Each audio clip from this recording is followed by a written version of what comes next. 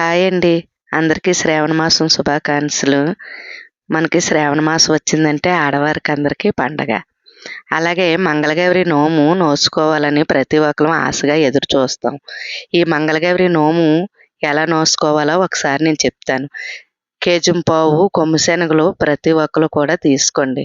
కేజీంపావు కొమ్ము శనగలు ముందు రోజు రాత్రి నానబెట్టేసుకొని మనం ఉంచుకొని 5 ముత్తైదులు పిలిచి 5 పేరంటాలకి కాలుకు పసుపు రాసి పారాణి పెట్టి బొట్టు పెట్టి 5 ముత్తైదులకి మనం వాయినం ఇవ్వాలి. జాకెట్ ముక్క తాంబూలం పెట్టి వాయినం ఇవ్వాలి. ఈ మంగళగౌరి నోముకి కాటికి కంపల్సరిగా పెట్టాలి. లక్ష్మీదేవికి కాటికంటే చాలా ఇష్టం. అందువల్ల కాటికి పెట్టి ఈ మంగళగౌరి నోము తీర్చుకుంటే చాలా మంచిదనమాట. ఒక ఊరిలో ఒక అత్తకి 7 కోడళ్ళు. 7 కోడళ్ళు కూడా అత్త నోము నోచేదనమాట, ఈ మంగళగౌరి నోము. ఈ మంగళగౌరి నోము నోచి అత్త ఎంతో వైభోగంగా చేసేది. చేసినప్పుడు ఈ కోడళ్ళు అత్త కలిపి ఈ నోము నోచుకొని పూజలు చేసుకుండేవారు.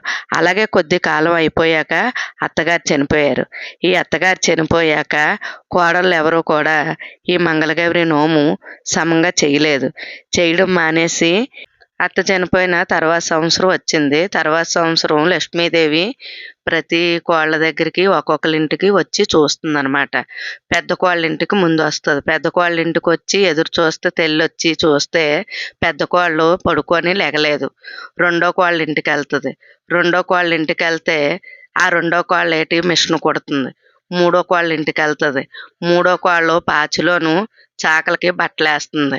నాలుగో కోళ్ళ ఇంటికి వెళ్తుంది. నాలుగో కోళ్ళు పిల్లలకి జల్లేస్తుంది. 5వ కోళ్ళ ఇంటికి వెళ్తుంది. చెల్దన్నం తింటూ ఆవిడ కూడా చెల్దన్నం తినేస్తుంది.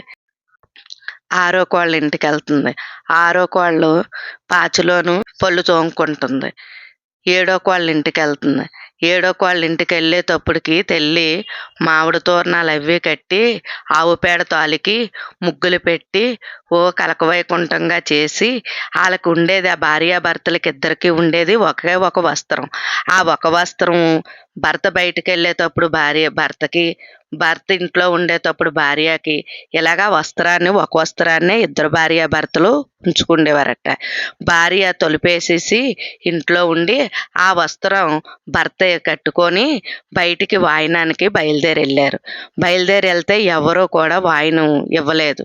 భిక్షం అయిపోగలే అప్పుడు భర్త ఏం చేశారంటే ఇంటికి వచ్చేయడానికి అన్నీ తిరుగుతుండట. ప్రతి ఊరును తిరిగితే ఎవరూ కూడా భిక్ష వేయలేదు.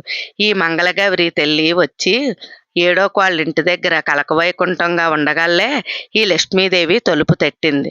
తలుపు తడితే అమ్మా ఎవరమ్మా మా ఇంటికి వచ్చారు అంటే, నేను మంగళగౌరిని వచ్చాను తలుపు తీయమ్మా అంటే, లేదమ్మా నాకు ఉండేది ఒక వస్త్రమే, ఆ వస్త్రాన్ని నా భర్త పట్టుకొని వాయినానికి వెళ్ళారు, నా దగ్గర వస్త్రం లేదమ్మా నేను బయటకు రావడానికి అని ఈవిడి లోపలుండి చెప్పింది 7వ కోళ్ళు. చెప్తే ఈ మంగళగౌరి లక్ష్మీదేవి ఏం చేసిందంటే ఆవిడ దాంట్లో చీర సొంగూర ముక్క సింపి ఆవిడకి ఇస్తే ఆవిడ ఈ వస్త్రాన్ని కట్టుకొని తలుపు తీస్తే ఈ లక్ష్మీదేవి లోపలికి వెళ్ళిందనమాట. ఈ లోపలికి వెళ్ళి లక్ష్మీదేవి ఇంట్లో ఉంటే, అమ్మ నిన్ను కూర్చోబెట్టడానికి నా దగ్గర కుర్చీ కూడా లేదమ్మా, ఎక్కడ కూర్చుంటావమ్మా, ఒక ఐమాళ్ళ కిందనే కూర్చోవాలి తల్లి, మేము కటిక పేదవాళ్ళమమ్మా అనేసి ఈ కోళ్ళ చెప్పిందట. చెప్తే ఈ లక్ష్మీదేవి కిందన కూర్చుంటే భర్త ఊరంతా తిరిగి ఇంటికి వచ్చారట. ఇంటికి వచ్చి ఏమండి మన ఇంటికి ఒక అతిథి వచ్చారు, ఆవిడకి భోజనం పెడదాం, ఏటి తీసుకొచ్చారండి అంటే, ఈరోజు అంతా తిరిగాను కానీ ఎవరూ కూడా వాయినం ఇవ్వలేదు అనేసి భర్త చెప్తే, అయ్యో ఎలాగా అనేసి అంటే అప్పుడు ఈ లక్ష్మీదేవి అన్నదట, సాలివాడి ఇంటికి వెళ్తే సాలివాడు నీకు ఒక చీర నేసిస్తారు, ఆ చీర పట్టుకోనరా, నువ్వు కోమటవాడి ఇంటికి వెళ్ళు, కోమటోడి ఇంటికి వెళ్తే పప్పు బియ్యం కొబ్బరికాయ ఆవు నెయ్యి అన్నీ కలిపి నీకు అఖండ నైవేద్యానికి సరిపడిన సామాగ్రి అన్నీ ఇస్తారు, అవి పట్టుకోనరా అనేసి ఇతను పంపిస్తే ఇతను వెళ్ళి అడగాలే వాళ్ళు చీర ఇచ్చారట. వీళ్ళేమో కోమటోడేమో పప్పు బియ్యం ఇస్తే అయ్యి పట్టుకొని ఇంటికి పట్టుకొని వచ్చారు. పట్టుకొని వచ్చి భార్యకి ఇస్తే భార్య అఖండ నైవేద్యం వండి ఈ లక్ష్మీదేవికి తెల్లికి నైవేద్యంగా పెట్టి ఈ తల్లి ఈ నైవేద్యాన్ని మంగళగౌరి తిన్నది. ఈ మంగళగౌరి ఎప్పుడైతే నైవేద్యం తిన్నదో, అమ్మా సాయంత్రం అయిపోయింది, నేను వెళ్ళిపోతాను అలాగని లక్ష్మీదేవి చెప్పగలే, అమ్మా ఈరోజు సాయంత్రం అయిపోతే ఎలాగెళ్తావమ్మా, ఇక్కడ అసలే దొంగల భయం ఎక్కువగా ఉంది, ఎల్లకమ్మా, నీ ఒంటి నిండా బంగారం కూడా ఉందమ్మా, ఈ బంగారం అంతా పెట్టుకొని నువ్వు బయటికి వెళ్ళావనుకోమ్మా, దొంగలు మంచోళ్ళు కాదు, ఈరోజు మా ఇంట్లో ఉండిపోయి ఉదయాన్నే లేచి నువ్వు వెళ్దువు గాని అని చిన్న కోడలు చెప్పిందనమాట. చెప్తే సరే అలాగని లక్ష్మీదేవి ఆ రాత్రికి వాళ్ళ ఇంట్లో ఉండిపోయింది. ఉండిపోతే తొలిజాము అయింది.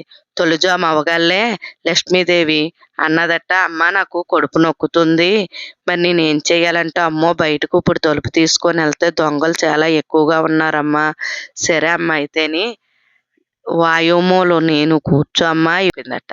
చెప్తే లక్ష్మీదేవి వాయుమూలనే కూర్చుందట. కూర్చుండాక మళ్ళీ పడుకుందట. రెండో జాము అయింది. రెండో జాముని లెగిసి అమ్మ నాకు కడుపు నొక్కుతుంది అన్నదట. అంటే నైరుతిని కూర్చోబెట్టిందట. నైరుతిని కూర్చో అమ్మ అయితేని అంటే నైరుతిని కూర్చుందట. కూర్చుండాక మళ్ళీ ఆవిడ పడుకుందట. మూడో జాము అయింది. మూడో జామున లెగిసి అమ్మ నాకు కడుపు నొక్కుతుంది అన్నదట. అంతే అప్పుడు ఆ ఆజ్ఞానం మూలని కూర్చోబెట్టింది. ఆజ్ఞానం మూల ఎప్పుడైతే తెల్లి కూర్చుందో నాలుగో జాము అయింది. నాలుగో జాముని అమ్మ నాకు కడుపు నొక్కుతుంది అన్నది. అమ్మ ఎక్కడా జాగలేదు, అయితే సరే అమ్మ ఈశాన్యం మూల కూర్చో అమ్మ అని కూర్చోబెట్టింది. ఈశాన్యం మూలని కూర్చుంది. కూర్చొని తెల్లారిపోయింది.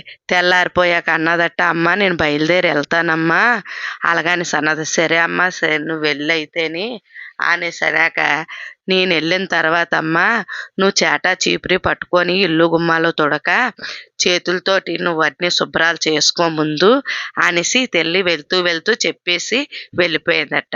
వెళ్తే సరే అమ్మ జాగ్రత్త అలాగనేసి ఈ తెల్లి ఈ లాస్ట్ కోళ్ళ చెప్పిందట. ఈ తెల్లి వెళ్ళిన తర్వాత ఏ మూలను చూసినా ఈశాన్యం మూలని ఆజ్ఞానం మూలని ఈ అన్ని భాగాల్లోనూ కూడా ఓ వజ్రాలు వైడూరాలు ఒలిగిపోయి తెల్లి ఉన్నాయట.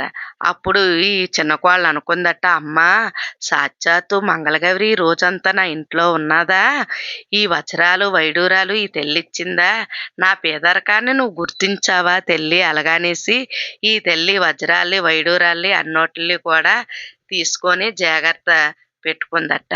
అమ్మా మంగళగౌరి వరలక్ష్మి శ్రీలక్ష్మి ధనలక్ష్మి భాగ్యలక్ష్మి సంతానలక్ష్మి మంగళగౌరి నోము ప్రతి సంవత్సరం కూడా ప్రతి ఒక్కరం కూడా ముత్తైదులు ప్రతి ఒక్కరూ కూడా మనం చేసుకోవాలన్నమాట. ముందు పెళ్ళైన పెళ్లి కూతురు ప్రతి ఒక్కరు కూడా తొలి సంవత్సరం మంగళగౌరి నోము నోచుకోవడం చాలా చాలా చాలా మంచిది.